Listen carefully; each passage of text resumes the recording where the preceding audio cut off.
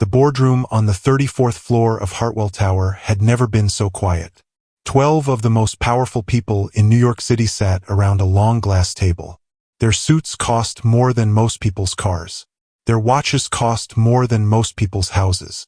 And every single one of them was frozen, staring at the door. Because standing in front of that door, arms stretched wide, feet planted on the ground like a tiny tree that refused to fall, was a little girl. She could not have been more than 8 years old. Her hair was in 2 messy pigtails. Her sneakers had a small hole near the left toe.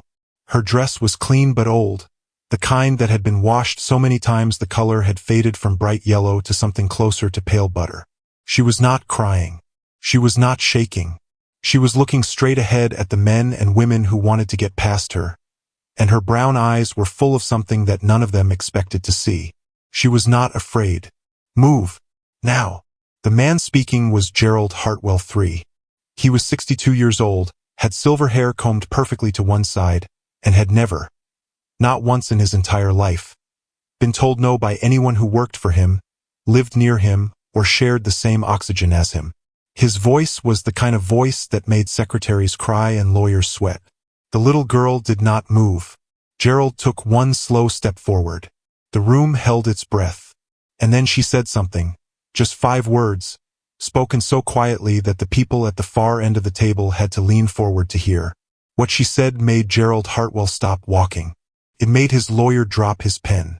It made the woman in the red blazer put her hand over her mouth. Because those 5 words changed everything. And nobody, not one single person in that room, saw it coming. But to understand why a little girl was blocking the door to the most important business meeting of the year, you have to go back.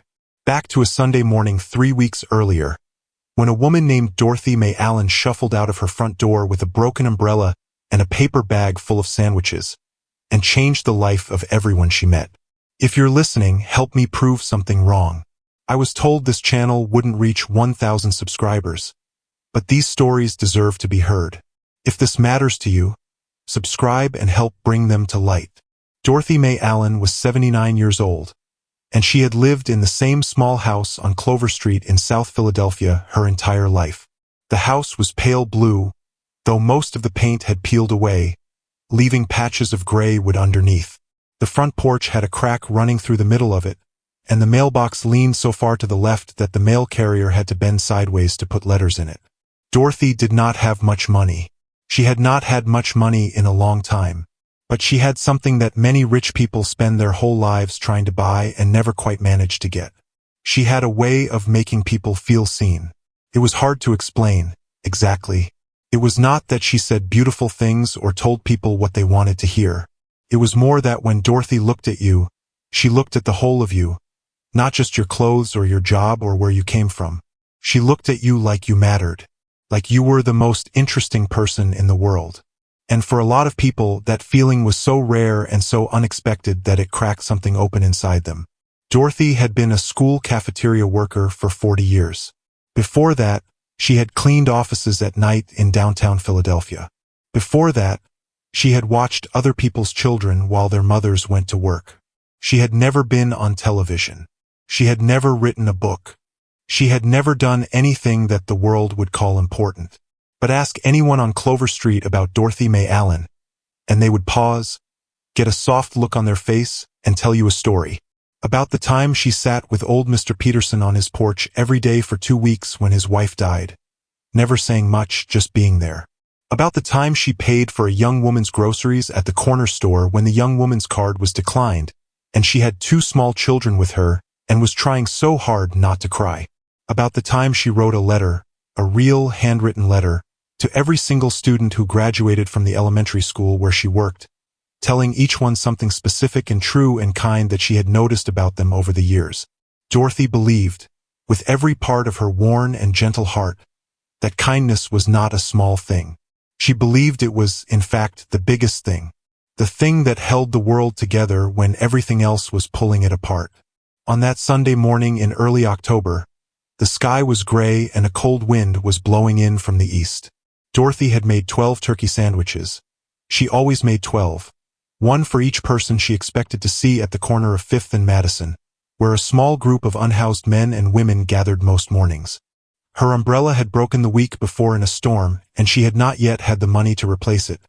So she tucked the paper bag under one arm and walked with her head slightly down to keep the wind out of her eyes. She was 3 blocks from the corner when she saw the little girl. The child was sitting on the bottom step of a brownstone building, hugging her knees to her chest. She was wearing the yellow dress that would later become so important, and her 2 pigtails were coming loose. She was staring at the sidewalk, and she was very, very still in the way that children are still only when something is wrong. Dorothy stopped. She had places to be, 12 sandwiches to deliver, old friends to check on. But Dorothy May Allen had never in her life walked past a child who looked the way this child looked, and she was not about to start now. She walked to the bottom step and lowered herself down slowly. Her knees were not what they used to be, and sat beside the girl. She did not say anything right away. She had learned a long time ago that sometimes people do not need words first. Sometimes they just need to know that someone decided to stop. After a long moment, the girl looked up. Her name, Dorothy would soon find out, was Lily Carter. She was 8 years old. She had big brown eyes with very long lashes, and a small scar above her left eyebrow from a fall she had taken years ago. She was the kind of child who looked like she thought about things very deeply, the kind who asked teachers questions that made them pause before answering. "You okay, sweetheart?" Dorothy asked. Lily looked at her for a moment, studying her the way children study adults they are not sure about yet. Then she shook her head. Dorothy nodded, like that was a perfectly reasonable thing to admit. "You hungry?" Lily hesitated. Then she nodded. Dorothy opened her paper bag and took out one of the turkey sandwiches. She handed it to Lily without making a big thing of it, the way she did everything, quietly, simply, like it was the most natural thing in the world. Lily ate slowly at first, then faster, and Dorothy understood that the child had not eaten recently. Her chest ached with that particular pain that comes from seeing a child go without. "Where's your mama?" Dorothy asked once Lily had finished half the sandwich. Lily looked down at her knees. "At work. She works Sundays now, since my dad left." "And who's with you?" "My brother was supposed to be, but he went with his friends and said I could just watch TV." Pause. "But the TV got turned off. Because of the bill." Dorothy looked at this child, this small, quiet, left-behind child, and felt the full weight of what it meant to be 8 years old and sitting alone on a step with no food and no TV and a brother who had chosen his friends and a father who had chosen to leave. "What's your name?" Dorothy asked. "Lily. That's a beautiful name. I'm Dorothy." She held out her hand very seriously, like they were 2 business people meeting for the first time. Lily shook it, and something in her face shifted just slightly, like a door had opened a tiny crack to let in a sliver of light. They sat together for a while longer. Dorothy asked Lily about school, about what she liked, about what made her laugh. Lily, slowly and then all at once, began to talk. She talked about how she loved drawing. She talked about her teacher, Ms. Ridley, who let students listen to music while they worked. She talked about her best friend, a girl named Priya, who could do a perfect cartwheel and was teaching Lily how. She talked about how she wanted, more than anything, to be an architect when she grew up, because she liked the idea of building things that lasted. Dorothy listened to every word. Not politely, not while thinking about something else. She listened like it was the most important information she had received all week. And Lily felt it. The way Dorothy was paying attention, really paying attention, was something Lily did not feel very often. At home, her mother was exhausted and worried. Her brother was 15 and barely looked up from his phone. At school, there were 26 other kids in her class.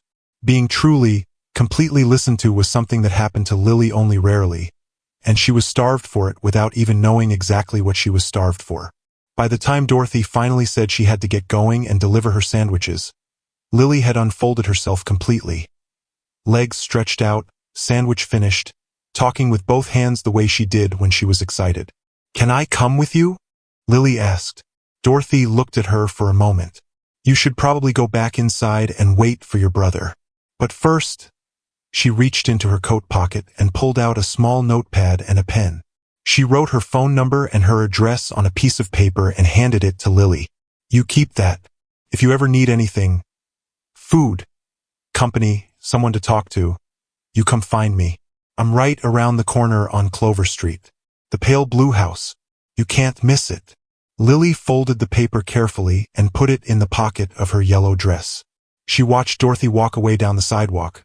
This small, slow-moving old woman with a broken umbrella and a paper bag and absolutely no idea that she had just set something in motion that would reach all the way to the 34th floor of a building in New York City and bring 12 of the most powerful people in America to a complete standstill.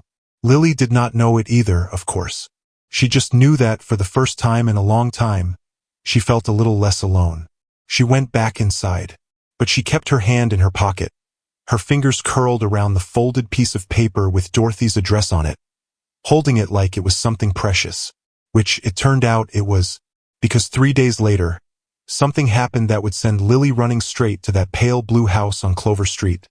And what she found when she got there would break her heart wide open, and then, piece by piece, put it back together in a shape she never expected. 3 days after Lily met Dorothy on that cold Sunday morning, the rain came back. Came hard and fast. The kind of rain that shows up without warning and soaks you before you even have time to think about running. Lily was walking home from school, her backpack over one shoulder, her head down, when the sky opened up and turned the sidewalk into a river. She ran. She ran past the corner store, past the laundromat with the foggy windows, past the barber shop where old men sat in chairs and talked about things that happened before Lily was born. She ran until she turned onto her street and stopped dead in her tracks. There was a notice on her front door. It was bright orange. The kind of bright that is designed to be impossible to ignore. Lily walked up the steps slowly, her sneakers squelching with every step, and read the words at the top of the paper. Notice of eviction. She did not understand every word on the page, but she understood enough. She understood leave. She understood 30 days. She understood failure to pay. She stood there in the rain, reading it over and over, until the paper got wet and the ink started to blur. Her mother was not home yet. Her brother Marcus was inside. She could hear his music through the door, but Marcus would just tell her not to worry about it and go back to his phone. Marcus dealt with hard things by pretending they were not there. It was something Lily had noticed about him but never said out loud. She did not go inside. Instead, she reached into her pocket and felt the folded piece of paper with Dorothy's address. She had moved it from the yellow dress to her school uniform pocket on Monday morning, not wanting to leave it behind. She had not even realized she was doing it until it was already done. She looked down the street toward Clover Street. Then she walked. Dorothy's pale blue house looked even smaller in the rain. The porch light was on, throwing a warm yellow circle onto the cracked steps. Through the front window, Lily could see the flicker of a lamp. She knocked. For a moment, nothing happened. Then she heard slow footsteps, and the door opened, and there was Dorothy in a thick green cardigan, reading glasses pushed up on top of her head, looking at Lily the way you look at someone you were somehow expecting even though you had no reason to be. Lily, she said. Just that. Just her name. But she said it like it was a whole sentence. I'm sorry to bother you, Lily started. Come inside. Dorothy stepped back and held the door open. You're soaking wet and you look like you've had about the worst afternoon a person can have. Lily stepped inside. The house smelled like something warm and sweet. Cinnamon, maybe, or nutmeg. It was small but so carefully arranged that it felt full without feeling crowded. There were photographs everywhere. On the walls, on the shelves, on a small table near the door. Children, adults, old people, young people, all kinds of faces looking out from their frames. A large bookcase took up most of one wall, stuffed with books of all sizes, some of them stacked sideways on top of the upright ones because there was not enough space. On the coffee table was a half-finished cup of tea and an open Bible with a blue ribbon marking the page. Dorothy brought Lily a towel and a dry pair of socks that were too big but warm, and then she sat her down on the couch and went to make tea. Lily looked at the photographs while she waited. She stopped at one near the bookcase. A wedding photo, black and white. A young woman in a simple white dress smiling at a tall man in a dark suit. The woman had Dorothy's eyes. That's me and my Harold, Dorothy said from the kitchen. 1971. He's been gone 12 years now, but I still talk to him every morning. Pause. He was a good listener. Even better than me, and that's saying something. She came back with 2 mugs and sat in the chair across from Lily. Now, she said, tell me. So Lily told her about the orange notice, about her mother working double shifts at the hospital laundry for months and still somehow falling behind, about the way the apartment had gotten quieter and quieter since her dad left, like he had taken some of the sound with him when he went, about how Lily had started drawing pictures of houses, big houses, strong houses, houses that could not be taken away, in the margins of her school notebooks. Dorothy listened without interrupting once. Her face moved through the story, tightening with concern, softening with understanding, stilling completely when Lily described standing in the rain reading the eviction notice. When Lily finished, Dorothy was quiet for a moment. Then she said, "Your mama know you're here?" Lily shook her head. "Okay. First thing, we're gonna call her and let her know you're safe." She handed Lily her phone. "Go on." Lily called. Her mother picked up on the second ring, and the moment she heard Lily's voice, Lily could hear the exhaustion and the fear and the love all mixed together, the way her mother's voice always sounded now. "I'm at a neighbor's house," Lily said. "Miss Dorothy's, on Clover Street. I'm okay, Mama. I just didn't want to go inside alone." There was a silence. Then her mother said quietly, "I'll be home by 8. You stay there till then, okay? Don't be a bother." "She's no bother," Dorothy said, loudly enough for the phone to pick it up. After Lily hung up, Dorothy was already on her feet, moving toward the kitchen with a purpose that seemed too big for her small frame. "You're going to have dinner with me," she said, "and then I'm going to tell you something important about this street, about this neighborhood, and about a man named Gerald Hartwell who owns half the buildings on it, including, I believe, the one your family lives in." Lily looked up sharply. Dorothy's voice was calm, but her eyes were not. "That man," Dorothy said slowly, stirring something on the stove, "has been sending out those orange notices all month, to families just like yours, because he wants these buildings empty." She paused. "And I think I know why." She turned around and looked at Lily with those steady, knowing eyes. "And that is a very dangerous thing to know." Lily did not sleep well that night. She lay in her bed listening to the rain tap against the window, thinking about what Dorothy had said. "That is a very dangerous thing to know." The words kept turning over and over in her mind like a coin spinning on a table, round and round, and she could not make them stop. Her mother had come to pick her up from Dorothy's house at 8 o'clock exactly. She had stood at the door with tired eyes and a damp coat, and Dorothy had taken both of her hands and held them for a moment without saying anything. Something passed between the two women in that silence. Something Lily could not name but could feel, the way you feel a change in the weather before it actually arrives. Her mother's name was Sandra Carter. She was 41 years old and had the kind of face that must have laughed easily once, before life got so heavy. She had Lily's same brown eyes and the same long lashes, but where Lily's eyes were wide open and curious, Sandra's were careful, watchful. The eyes of someone who had been surprised by bad news too many times and was always now waiting for the next thing. Dorothy had given Sandra a container of leftover soup to take home and had written something on a small piece of paper that Sandra folded and put in her coat pocket without reading yet.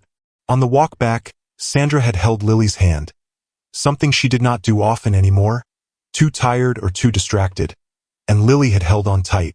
They did not talk about the orange notice that night, but it sat between them at the dinner table like a third person. The next morning, Lily went to school with a heavy feeling in her chest that she could not shake. She sat through math and reading and a science lesson about the water cycle, and she drew small houses in the corner of her notebook and tried to pay attention. At lunch, she told her best friend Priya everything. Priya was the kind of friend who listened with her whole body, leaning forward, eyes wide, occasionally gasping at the right moments. She was small and fast and wore her black hair in a high ponytail that swung when she moved. She was the most practical person Lily knew, which was impressive for a 9-year-old. "Okay," Priya said, putting down her sandwich. "Who is Gerald Hartwell?" "I don't know exactly." Dorothy said. "He owns buildings. A lot of them." "My dad talks about people like that," Priya said. "Her father worked in real estate," doing something with paperwork that Priya had never fully understood. He calls them developers. They buy old buildings and then build new ones. Fancy ones. And the people who lived in the old buildings have nowhere to go. Lily stared at her. That's allowed. Priya gave her a look that was older than her years. Apparently, they were both quiet for a moment. Dorothy said she knows something about him, Lily said. Something dangerous. Priya's ponytail swung as she turned to look at Lily directly. Then you need to go back and find out what it is. Lily went back to Clover Street that same afternoon.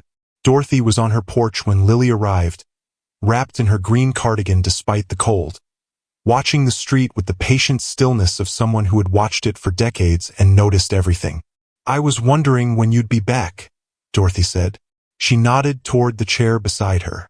Sit. Lily sat. For a moment they both looked out at the street together. A woman pushed a stroller past. Two boys kicked a can between them on the sidewalk. A dog barked somewhere behind a fence. Tell me what you know about Gerald Hartwell, Lily said. Dorothy smiled slightly. She liked directness. She had always liked it. Gerald Hartwell, Dorothy began, is a very rich man who grew up poor, which can go one of two ways. It can make a person kind, because they remember what it felt like to have nothing. Or it can make a person hard, because they never want to feel that way again and they'll do anything to make sure they don't. She paused. Gerald went the second way. She shifted in her chair and looked out at the street. He's been buying up properties in this neighborhood for 2 years. Quietly. Through different company names so nobody notices the pattern. But I noticed. She tapped her temple. I've lived here 50 years. I know every building on every block. And I started seeing the same thing happen, over and over. New owner. Then orange notices. Then empty buildings. Then, 6 months later, construction. What are they building? Lily asked. Luxury apartments, Dorothy said. The words came out flat and heavy, like stones dropped in still water. The kind where 1 month's rent costs more than most families on this street make in a year. He's not doing it because he hates anyone. He's doing it because he loves money more than he cares about what happens to people who have less of it. Lily thought about her mother's tired eyes, about the orange notice blurring in the rain, about her drawings of strong, unshakable houses. Can he be stopped? Dorothy was quiet for a long moment. There is a meeting, she said finally. 3 weeks from now. In New York City, at Gerald Hartwell's main office. He's gathering investors, people who are going to put money into his next project. His biggest one yet. If he gets that money, it won't just be your building. It will be every building on this street. 12 families. Gone. Lily's breath caught. And nobody knows? She asked. One person knows, Dorothy said quietly. Me. She reached inside her cardigan and pulled out a folded envelope. Because Harold, God rest him, used to work for a man who worked for Hartwell. And before Harold died, he kept records. Documents. Things that show exactly what Hartwell has been doing. Things that those investors do not know about. Things that would make them walk right out of that meeting. Lily stared at the envelope. Then you have to show them, she said. Dorothy looked at her for a long moment. And then, for the first time since Lily had met her, something in Dorothy's steady face cracked. Just slightly. Just enough to show what was underneath. Fear. Baby, Dorothy said softly. I got a call this morning. From my doctor. She looked down at her hands in her lap. Those worn, kind, sandwich-making hands. I won't be going anywhere for a while. The word the doctor had used was serious. Dorothy had told Lily this slowly and carefully, the way you tell a child something hard. Not hiding it, but holding it gently, making sure the weight of it was shared and not just dropped. Her heart. Something with her heart that had been quietly building for months without making much noise. The way trouble often does. And now it had made itself impossible to ignore. She would need to go to the hospital. Not that day, but soon. Within the week. There would be tests and monitors and doctors asking her questions and her having to lie very still in rooms that smelled like antiseptic while machines beeped around her. She was not afraid of dying. Dorothy had made her peace with that particular door a long time ago. But she was afraid of what would happen to the envelope, to the documents, to the 12 families on Clover Street who did not yet know that everything they had was 3 weeks away from being taken. Lily had sat very still while Dorothy told her all of this. She did not cry, though she wanted to. She pressed her lips together and kept her eyes steady, because she could see that Dorothy needed someone to be steady right now. And if there was one thing Lily Carter knew how to do, it was hold herself together when everything around her was falling apart. She had been practicing that particular skill her whole life. When Dorothy finished, Lily asked one question. Who else knows about the documents? Dorothy looked at her with something that was equal parts sadness and pride. Nobody, she said. Just me. And now you. That night, Lily sat at the small desk in her bedroom with a piece of paper and a pencil and tried to think like an architect. Architects did not just dream about buildings, they planned them. They looked at a problem from every angle. They figured out what was load-bearing and what was decoration. They asked, over and over, what holds this up and what makes it fall? What held Gerald Hartwell's plan up was secrecy. The investors did not know what he had done before. They did not know about the families he had displaced, the methods he had used, the way he had moved through poor neighborhoods like a slow, quiet flood, buying and emptying and building while the people who lived there scrambled to find somewhere else to go. If they knew, if someone put Harold's documents in front of them, some of them might walk away. Enough of them might walk away to stop the whole thing. What made it fall was those documents. And those documents were sitting in an envelope in a pale blue house on Clover Street with a 79-year-old woman who was going into the hospital. Lily wrote 2 words on her piece of paper. Get them there. She stared at the words for a long time. Then she added 3 more. But how? Who? She thought about her mother. Sandra Carter worked 6 days a week and came home with feet so sore she had to soak them in warm water before she could sleep. She did not have money for a bus ticket to New York City, and she certainly did not have the kind of voice that made powerful men in expensive suits stop and listen. Lily loved her mother more than anything in the world, and she knew, with the clear-eyed honesty that children sometimes have about the people they love most, that this was not a thing her mother could do. Not right now. Not under the weight of everything she was already carrying. She thought about Marcus. But Marcus was 17 and the world beyond his phone and his friends was largely theoretical to him. She thought about Priya. Priya was smart and practical and brave in the small, daily ways that mattered. But Priya was also 9 years old, same as Lily, and 9-year-olds did not walk into boardrooms on the 34th floor of towers in New York City. Or did they? Lily put down her pencil. She looked at the 2 words she had written. Get them there. She thought about what Dorothy had said. That kindness was not a small thing. That it was, in fact, the biggest thing. The thing that held the world together. Maybe it was not about who was powerful enough. Maybe it was about who cared enough. She picked the pencil back up and circled the 2 words. The next morning, she went to see Dorothy before school. Dorothy was in her kitchen, moving more slowly than usual, one hand occasionally touching the counter for balance. But her eyes were sharp and her voice was clear, and she had already made a pot of oatmeal. Because Dorothy May Allen would make oatmeal for anyone who came to her door on a cold morning until she physically could not anymore. Lily sat at the kitchen table and told Dorothy her plan. Took about 4 minutes. When she finished, the kitchen was very quiet except for the sound of the radiator ticking. Dorothy looked at her for a long moment.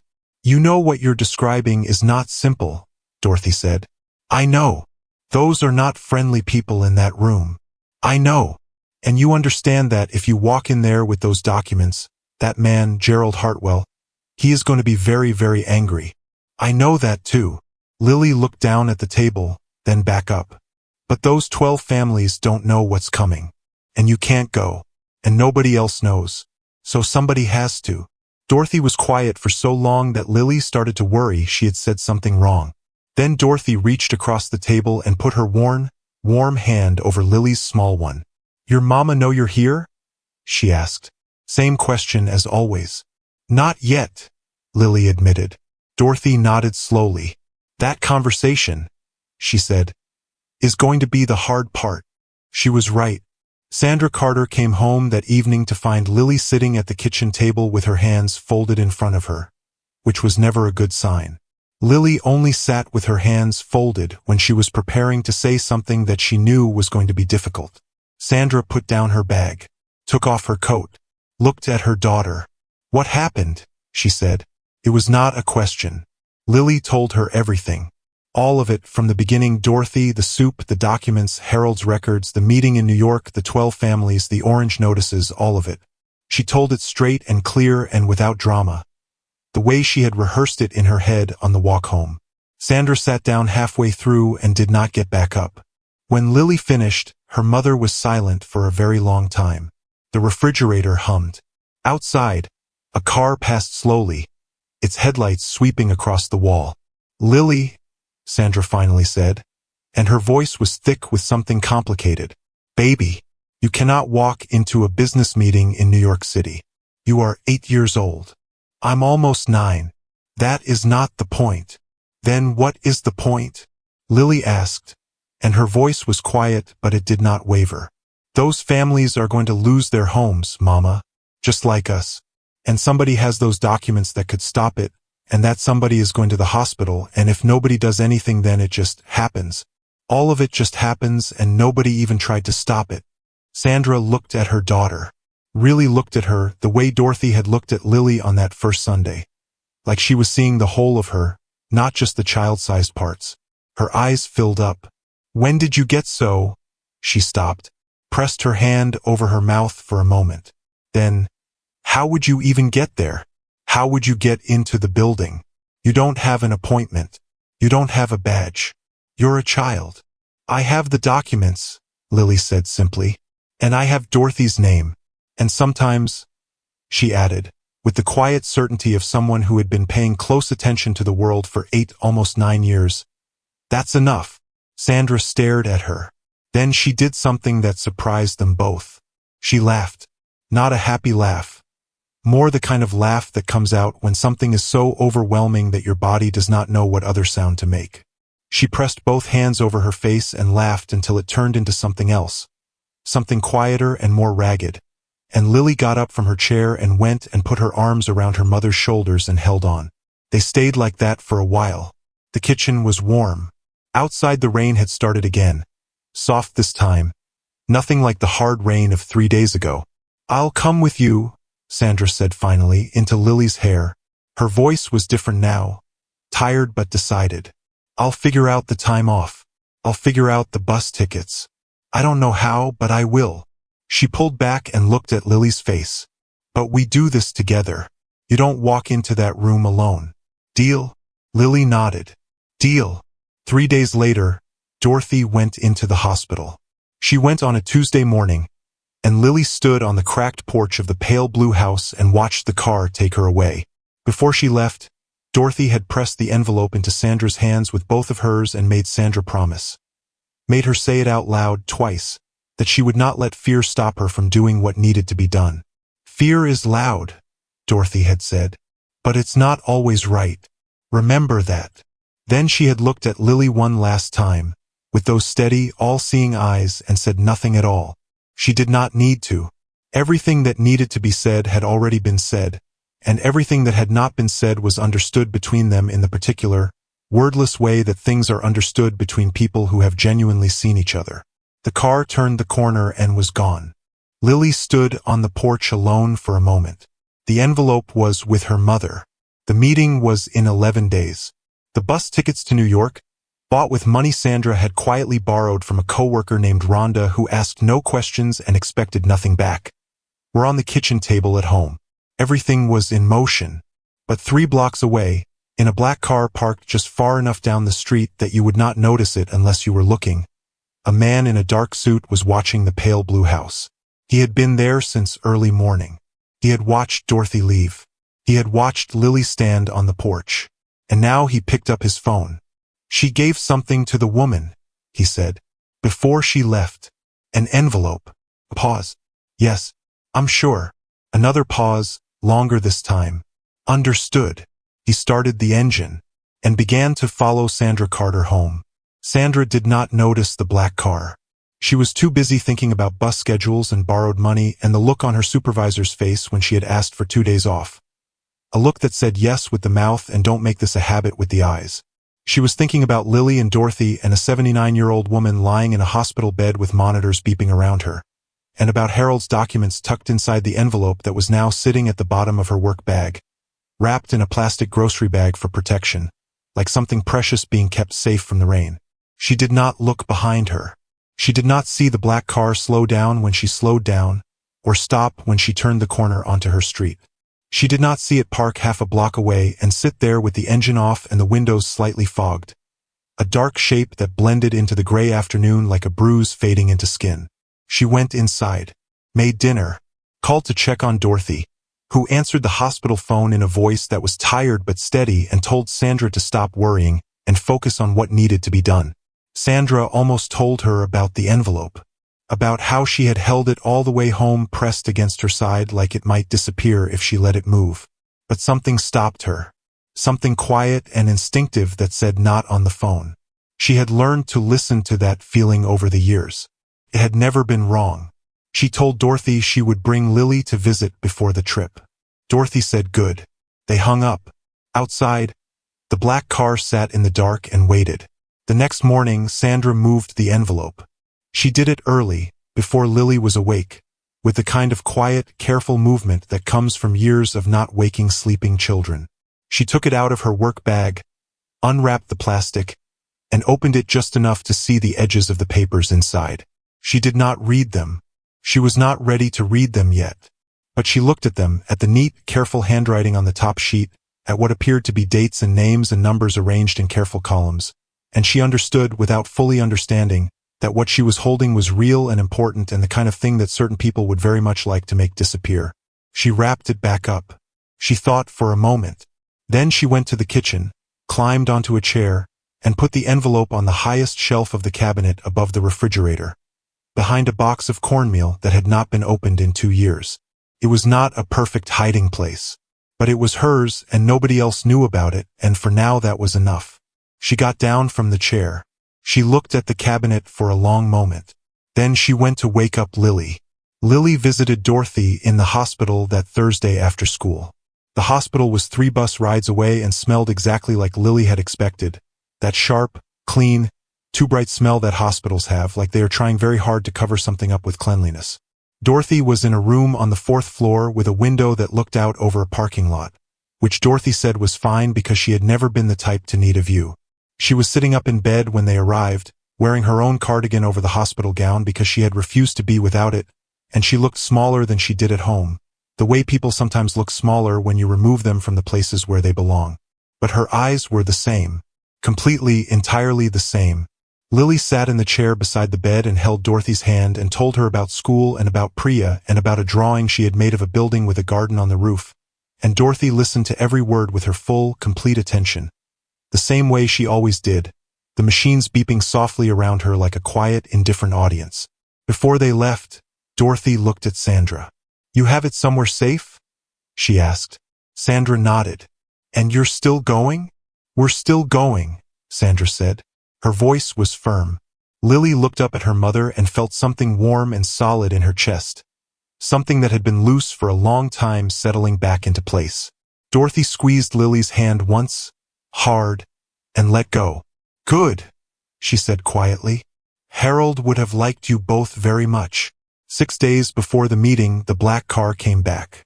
Lily was the one who noticed it. She was sitting on the front steps after school, sketching in her notebook, a habit she had picked up from spending time on Dorothy's porch, where the watching the street feeling had gotten into her bones, when she saw it, parked across the road and 2 houses down. Dark, nondescript, the kind of car that was designed to be forgotten. What made her notice it was not the car itself. It was the stillness of it. Most parked cars just sat there emptily. This one sat there occupied. She could see the faint shape of someone in the driver's seat, not moving. She looked at it for a while without making it obvious that she was looking. Then she went inside and told her mother. Sandra came to the window and looked through the curtain. Her face did something complicated, moving through several expressions too fast to name before settling on something controlled and careful. "Go to your room," she said. "Mama." "Lily." Her mother's voice was gentle, but it meant business. Go to your room and do your homework. I'm going to make a phone call. Lily went to her room, but she sat on the floor near the door with it open a crack, the way she had learned to do when she needed to know what was happening without being seen to need it. She heard her mother on the phone. The conversation was low and quick, too low to catch full sentences, but she heard enough. She heard the word following. She heard envelope. She heard, after a pause, a name she did not recognize, a woman named Carol Simmons, a local community organizer that Dorothy had apparently mentioned to Sandra at some point, someone who knew things about Gerald Hartwell and had been quietly, carefully building a case against him for over a year. Lily pressed her back against the wall and thought. Someone knew about the envelope. That meant someone had been watching Dorothy's house, which meant Gerald Hartwell, or someone working for him, knew that something existed that could hurt him. They might not know exactly what it was.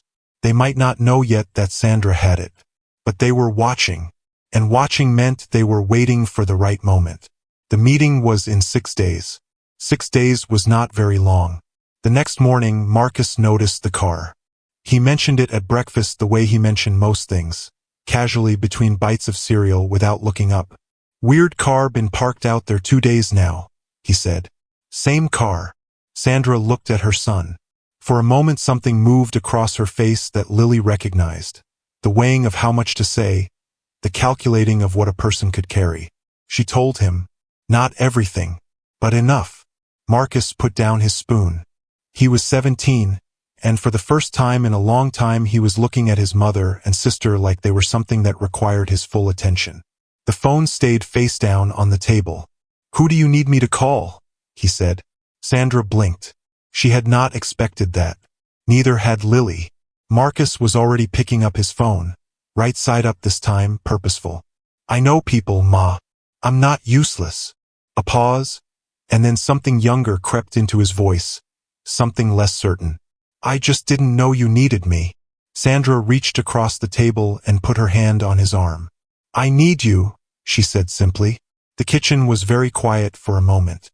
Then everyone started moving. 2 days before the trip, Carol Simmons came to the apartment. She was a tall woman with natural hair and reading glasses on a beaded chain around her neck, and she moved through the world with the efficient, no-nonsense energy of someone who had been fighting slow, grinding battles for a very long time and had learned to conserve what she had. She sat at the Carter kitchen table, looked at the documents Sandra carefully laid out in front of her, and read through every single page without saying a word. When she finished, she took off her glasses and set them on the table. Harold Allen, she said softly, almost to herself. God bless that man. She looked at Sandra, then at Lily. These documents show a pattern, she said. Systematic displacement. Falsified maintenance reports used to justify emergency vacancy orders. Shell companies used to hide ownership. And, she tapped one page specifically near the bottom. Evidence that at least 2 city inspectors were paid to sign off on violations that were never actually investigated. She looked up. This is not just a business matter, she said. This is fraud. Potentially criminal fraud. If the right people see this before that meeting. That's why we're going, Lily said. Carol looked at her. A smile moved across her face, brief, real, the kind that comes from genuine surprise. I know, she said. Dorothy called me from the hospital. She folded her glasses and put them back on their chain. I'm coming with you. Sandra exhaled. A long, slow breath that had been held for days. Now, Carol said, pulling a yellow legal pad from her bag. Let's talk about how we get into that building.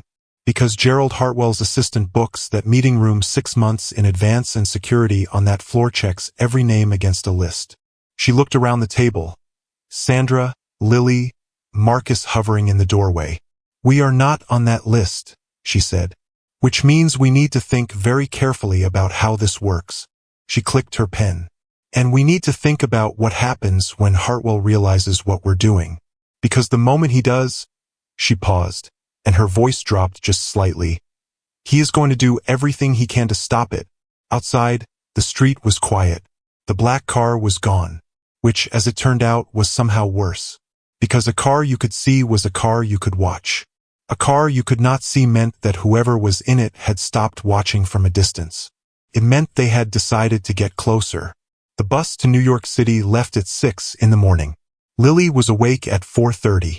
She had not really slept. She had drifted in and out of something that felt more like thinking with her eyes closed than actual rest. Her mind turning over the same questions in the dark, the way a river turns over stones, smooth and relentless and never quite stopping. She lay there listening to the apartment breathe around her. The tick of the radiator, the distant sound of a truck on the main road, the soft, steady sound of her mother moving around in the kitchen, because Sandra Carter had not slept much either. She got up, washed her face, put on her clothes. She had laid them out the night before with the care of someone preparing for something important. Her cleanest pair of dark pants, a white blouse she had ironed herself, her good shoes that pinched slightly at the left toe but looked serious. She stood in front of the small mirror on the back of her bedroom door and looked at herself for a moment. She looked like a child. There was no way around that. She was small and ate almost 9, and her pigtails were neat, but they were still pigtails. She did not look like someone who belonged in a boardroom on the 34th floor of Hartwell Tower. But then she thought about Dorothy. About a woman who had spent 40 years serving food in a school cafeteria and cleaning offices at night and watching other people's children, who had never been on television or written a book or done anything the world called important. Dorothy did not look like someone who could change things either. And yet she had spent 50 years changing things, one sandwich, one letter, one hand held in silence at a time. Maybe looking like you belonged somewhere was not the point. Maybe the point was showing up anyway. Lily picked up her backpack. Inside it, carefully wrapped in the same plastic bag Sandra had used, were photocopies of Harold's documents, because Carol Simmons had suggested making copies and keeping the original separate, just in case, and walked out to the kitchen. Her mother was standing at the counter with a cup of coffee, already dressed, her work bag over one shoulder. She looked at Lily. Lily looked at her. Neither of them said anything for a moment, and then Sandra opened her arm and Lily walked into it, and they stood like that in the kitchen, quiet and warm, while the city outside was still mostly dark. "We're really doing this," Sandra said. Not a question. "We're really doing this," Lily confirmed. Marcus appeared in the hallway in his coat. "Bus doesn't wait," he said. His voice was trying to sound casual, but his eyes were alert and serious. He had asked to come and nobody had said no. Carol Simmons met them at the bus station. She was already there when they arrived, sitting on a bench with her yellow legal pad on her knees, writing something in her quick, compact handwriting. She looked up, assessed the three of them in one sweep, and nodded once. "Good," she said. "You're on time. That matters." She stood and gathered her things. "On the bus, I'm going to walk you through exactly what we do when we get there. I need you all to listen carefully, because we are going to have exactly one chance at this." They got on the bus. The sun was just beginning to come up. Carol talked for most of the 2-hour ride. She talked about the building, Hartwell Tower, 34th floor, meeting room B, which was the large corner room with the glass walls that Gerald Hartwell used for investor presentations because the view of the city made people feel like they were already inside something powerful and important. She talked about the security setup, 2 guards at the main entrance, a sign-in desk, badge access required above the 20th floor. She talked about Gerald Hartwell himself, 62 years old, silver hair, a man who controlled rooms by controlling the temperature of his own voice, who had never once in his career been publicly confronted because he was very, very good at making sure confrontations happened in private where he controlled the outcome. She talked about what they needed to do, and then she talked about what might go wrong, and then she talked about what they would do if those things went wrong. Lily listened to all of it.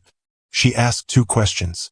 Both of them were good questions, and Carol answered them directly and without talking down to her, which Lily noticed and was grateful for. Outside the bus window, the flat gray landscape of the highway gradually gave way to the dense, close-built edges of the city, warehouses and overpasses, and then suddenly, around a bend, the skyline itself, rising out of the morning haze like something that had decided to happen all at once. Lily had never been to New York City before. She pressed her face close to the window and looked at it, and despite everything, despite the fear sitting quietly in her chest like a small cold stone, she felt something lift in her. Something that had to do with buildings and the people who designed them and the way a city, seen from a distance, looked like 100 different dreams all stacked on top of each other. reaching up. She was going to be an architect one day. She knew it the way she knew very few things, completely without needing anyone to confirm it. And one day she would build something that stood in a skyline like this one, something that lasted, something that could not be taken away. But first she had to get through today. Hartwell Tower was made of glass and steel and the particular kind of silence that expensive buildings have, a curated, pressurized quiet that felt less like the absence of noise and more like the active suppression of it. The lobby was enormous, with a floor so polished you could see your reflection in it, and 2 security desks arranged in a V-shape that meant you could not walk further into the building without passing one of them. Carol walked in first. Lily, Sandra, and Marcus followed. The guard at the left desk looked up. He was a large man with a pleasant, professional face and eyes that were doing several calculations at once. His gaze moved across the group and landed, as people's gazes often did, on the least expected member of it. He looked at Lily. Lily looked back at him, steady and polite. "Can I help you?" he said. He was speaking to Carol but still half looking at Lily, the way people did when they could not quite figure out what they were seeing. "We're here for the Hartwell investor meeting," Carol said. Her voice was smooth and completely certain, the voice of someone who was exactly where they were supposed to be. 34th floor. Meeting room B. The guard looked at his screen. His expression did not change, but something behind it shifted. "Names?" Carol gave her name. The guard looked at his list. Carol's name was not on it because of course it was not on it, and they all knew it was not on it, and this was the moment Carol had prepared them for. "I don't have you here," the guard said. "I'm representing Dorothy May Allen," Carol said, "who was originally scheduled to attend and is currently hospitalized. I have documentation of her authorization." She placed a letter on the desk, a real letter on real paper, signed by Dorothy from her hospital bed 3 days ago, authorizing Carol Simmons to act on her behalf in any matter relating to the Hartwell Group. Dorothy's doctor had witnessed the signature. It was completely legitimate. The guard looked at the letter. He picked up his phone and made a call. A brief, low conversation. He put the phone down. "I'll need to clear this with the meeting organizer," he said. "If you'll just wait over there," he gestured toward a row of chairs near the wall. "Someone will be down." They waited. The lobby moved around them. People coming and going, heels on the polished floor, the soft chime of elevators. Lily sat with her backpack on her knees and her hands folded on top of it and looked at the ceiling, which was very high and had a pattern of geometric shapes cut into it that sent light bouncing in angles across the floor. She was thinking about load-bearing walls. Sandra sat beside her and said nothing, but her hand found Lily's and held it. Marcus stood with his back against the wall nearby, looking at his phone but not really looking at it, his eyes moving to the doors, to the guards, to the elevators, in a pattern that Lily recognized as watchfulness. He had been doing it since they left Philadelphia. He was, she realized, keeping watch over them. Had been the whole time. She looked at her brother and felt something complicated and tender move through her. 20 minutes passed. Then the elevator opened and a woman in a sharp gray suit walked toward them with the quick, purposeful stride of someone managing too many things at once. She was the meeting organizer. Her name, she said, was Ms. Flores, and her expression was professionally pleasant in the way that professional pleasantness is sometimes professionally unpleasant. "I understand you're here regarding Ms. Dorothy Allen," she said to Carol. "That's correct. Ms. Allen is not on our attendee list. Ms. Allen has information directly relevant to the investment decisions being made in that meeting today," Carol said. "Information that the investors have a legal right to know before they commit their funds. I have documentation." Carol was already moving, placing pages in front of investors, speaking in the clear, measured voice she had been preparing for years, explaining the shell companies, the falsified inspections, the displaced families, the bribery, the pattern that was systematic and deliberate and had been hidden behind paperwork and distance, and the assumption that poor families in South Philadelphia did not have anyone paying attention. The room was reading. Hartwell tried once more. "These are fabricated documents. This woman has a known agenda against my company. Security. The signatures on those inspection reports," said one of the investors. A woman in a red blazer who had been leaning forward since the first page was set in front of her, matched the names on this list of individuals who received payments through this LLC. She looked up at Hartwell. Her voice was very quiet. "Gerald, this is dated. This meeting is over," Hartwell said. "Yes," the woman in the red blazer said, setting the page down. "I believe it is." One by one, chairs pushed back. Folders closed. People stood. Not one of them walked toward the door while Lily was still standing in front of it. They waited, and this was the thing that no one could quite explain afterward, the thing the investor in the expensive coat kept returning to when he told the story. They waited for the child to move first. As if she had, by simply standing there, become the person in the room with the most authority. Lily looked at Gerald Hartwell. He was standing at the head of his table in his perfect dark suit in his perfect glass room with his perfect silver hair, and for the first time in a very long time, nobody in the room was looking at him the way people were supposed to look at Gerald Hartwell. He looked, suddenly, like a man who was exactly where he was standing. No more, no less. Lily stepped aside. The investors filed out. The woman in the red blazer paused beside Lily and looked at her for a moment. Not the way adults usually looked at children, with that particular mix of indulgence and dismissal, but directly, one person to another. "What's your name?" she asked. "Lily Carter." The woman nodded slowly. "You're going to be someone to watch, Lily Carter." Then she was gone. The ride home was quieter than the ride there. Not a bad quiet, a full quiet. The kind that comes after something large has happened and the body is still catching up with the fact of it. Lily sat by the window and watched the city give way to highway and highway give way to the flat gray approach of home, and she held in her mind the image of those 12 people reading Harold's documents. Those careful, patient, handwritten records of a man who had been gone for 12 years but had somehow, through the love of the woman he left behind, managed to show up exactly when he was needed. Carol was already on the phone. She had been on the phone since they left the building, talking to journalists, to a lawyer, to someone at the city's oversight office who had been waiting for exactly this kind of documentation. The wheels of things were beginning to turn, slowly, the way large wheels always turned, but turning. Sandra sat beside Lily with her eyes closed, not asleep, just resting, her head leaning back against the seat. Her hand was over Lily's. Marcus was across the aisle, actually asleep this time, his head against the window, looking younger in sleep than he did awake. Lily thought about Dorothy. She thought about a woman who had spent her whole life making sandwiches and writing letters and sitting with people and listening, really listening, in a world that was very loud and did not listen much. She thought about how Dorothy had taken one look at a small girl sitting on a cold step and had simply stopped. Not because it was convenient, not because someone was watching, because that was who Dorothy was all the way through, in every unremarkable Tuesday of her long and quietly extraordinary life. Kindness is not a small thing. It's the biggest thing. The thing that holds the world together when everything else is pulling it apart. Lily understood it now in a way she had not before. Not as a nice idea, as a true one, as a load-bearing wall. 3 weeks later, Dorothy May Allen came home from the hospital. She came home on a Thursday morning, walking slowly and leaning on a cane that she held with the expression of someone tolerating something they found unnecessary, and the entire block of Clover Street was on their porches and stoops when the car pulled up.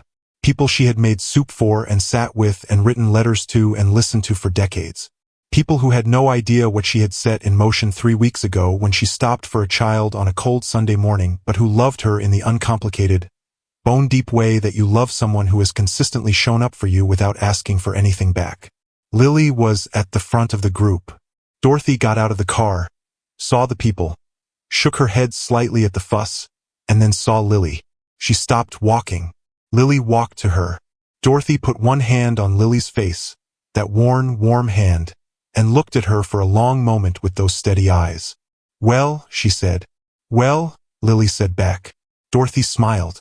It started small and grew until it took over her whole face, until it was the kind of smile that reaches the eyes and stays there, the kind that has earned itself.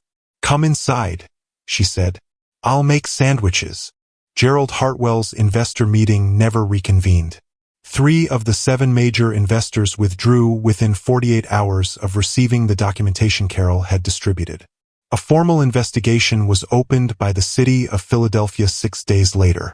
The eviction notices on Clover Street, all 12 of them, including the one on the door of the building where Sandra and Lily and Marcus Carter lived, were suspended pending the outcome of the investigation. It was not the end of the fight. It was never that simple, and Lily was old enough to know it. There would be lawyers and delays and long, slow processes that moved at the speed of institutions, which was to say, slowly. But the documents existed. The right people had seen them, and something that had been hidden for a long time was now in the light, which was the necessary first step toward anything else. On the last day of October, Lily sat at Dorothy's kitchen table with her notebook and drew a building. It had a garden on the roof and wide windows and a porch that ran all the way around the ground floor. It had a front path made of pale blue stones. It was the kind of building that said to anyone looking at it, "People live here and they matter, and this will not be taken from them." Dorothy sat across from her, reading, her cane hooked over the back of her chair, her green cardigan around her shoulders. Outside, the street went about its life. Children coming home from school, a dog barking, the distant music from someone's window, the ordinary, irreplaceable sound of people simply being where they belonged. Lily finished her drawing and looked at it. Then she looked at Dorothy. "Thank you," she said, "for stopping that day." Dorothy looked up from her book. She looked at Lily for a moment, and her eyes were warm and deep and full of all the years and all the people and all the quiet, steady, uncelebrated kindness that had brought them both to this table on this afternoon in this pale blue house on Clover Street. "Baby," she said gently, "thank you for sitting there to be stopped for." Outside, the light was golden and long the way October light gets in the late afternoon, laying itself across the street like something generous, like something that costs nothing and is given freely, like the best things always are. And the sandwich bag on the counter had 12 sandwiches in it. Same as always, because tomorrow was Sunday, and Dorothy was home.